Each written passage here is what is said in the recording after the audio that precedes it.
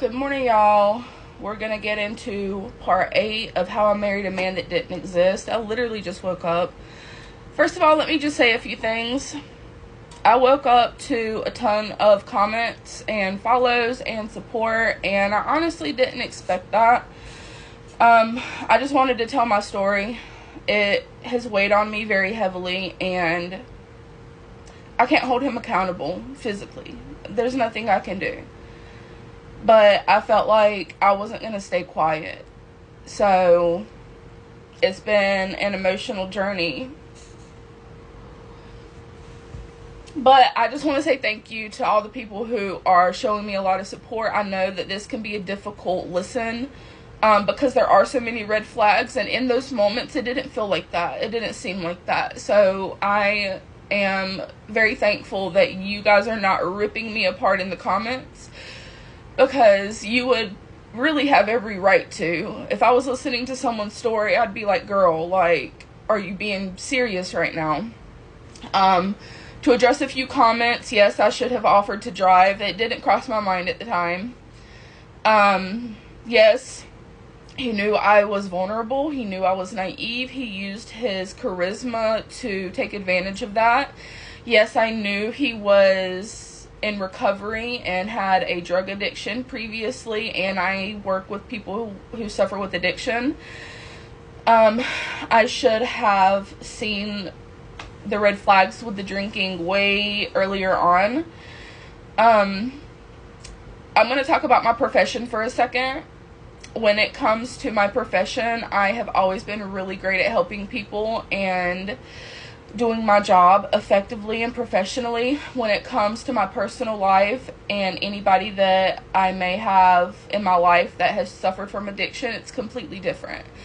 And if anybody can relate to that, please comment. With my sister, for instance, all of my schooling, all of my training, all of my certifications don't mean a damn thing when it comes to my sister's addiction, because I'm not a professional in that moment. I'm the little sister who has watched her sister die for 20 years, but she's not dead. You see what I'm saying? Like, it's completely different. So here I am starting to invest in this man, and I did not have any kind of professionalism on. I wasn't at a client's house. I wasn't, counseling someone. So the mindset shifts. Like I said, in these early videos when I'm setting the scene of really getting into what happens, I'm going to look stupid.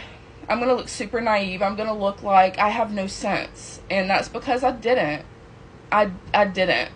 And I look back now and I wish that I would have taken so many different steps before things got to where they got to.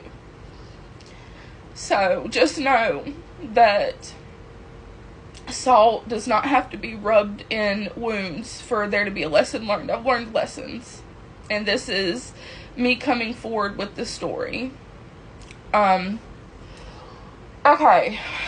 now that that's out of the way, he had called out of work. He said he had PTO, and I hung around for the morning, and I eventually went back home, and that felt really difficult for me because I had spent all weekend with a family, doing family activities, going out to lunch, cooking dinner, laughing with his children, spending time with him, to back to Fort Lauderdale, 2.5 hours away, in an apartment alone, back to the grind, back to my 100-hour weeks, back to my responsibilities. It felt heavy. So it was difficult to leave, and I didn't want to, and he knew that. So we had made a plan for him to come visit me the following weekend, like the upcoming weekend. Now, mind you, at this point in time, I knew in about a week from this point, or about 2 weeks from this point, they were going to be going on a trip. He, his mother, and the 3 girls were going to Connecticut because that is where they're from. That is where their family is at, so they were going for a visit.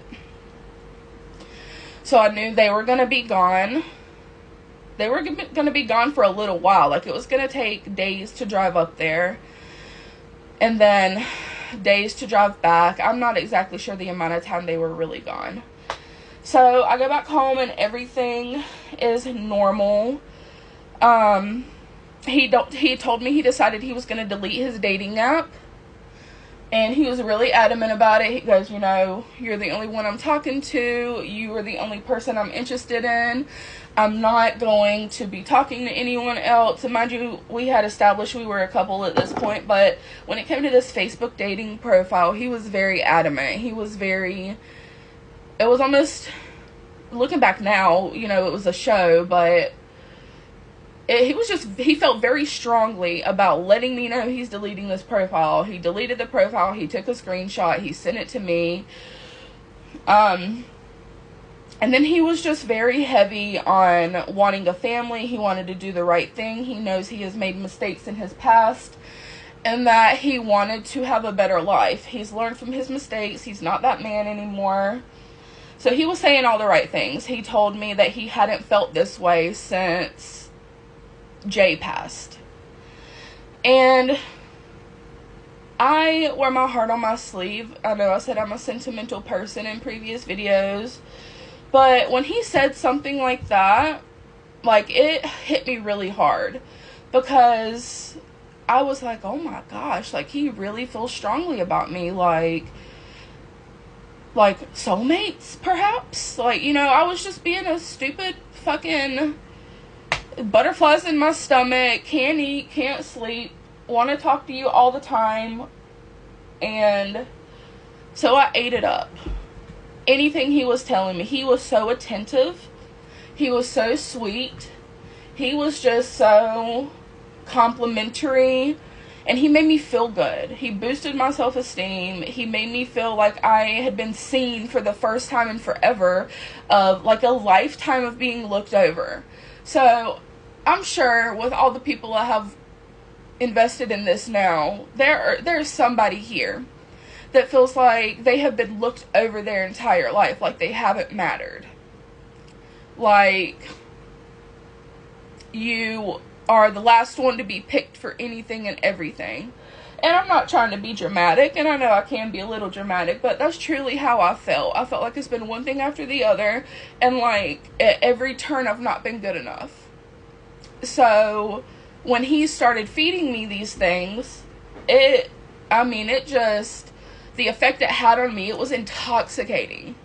And I cannot stress enough how intoxicating this man was. How charming he was. How I couldn't get enough.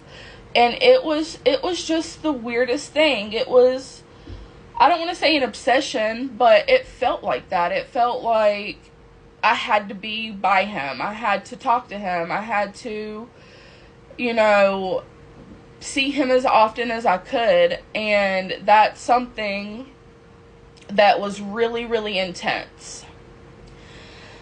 So the weekend came and he decided he was coming to visit me in Fort Lauderdale. And at this point, all bets are off. I'm like, yes, please come. You know, I still have to work. And I was like, you can just stay at the apartment while I'm at work. You can take your car and obviously explore, whatever. So when it came to work, he was like, oh, well, I have this PTO. You know, me, mom, and the girls are going on this Connecticut trip soon. I am just using some PTO early. And I'm like, okay, damn, you got a good amount of PTO saved up. That's awesome. So him and his youngest daughter, he brought her. They came and they brought my cat with them because his mom had kittens. I decided to keep a cat. They brought the cat. And they were going to stay at my house. Okay, let's go into part, 9?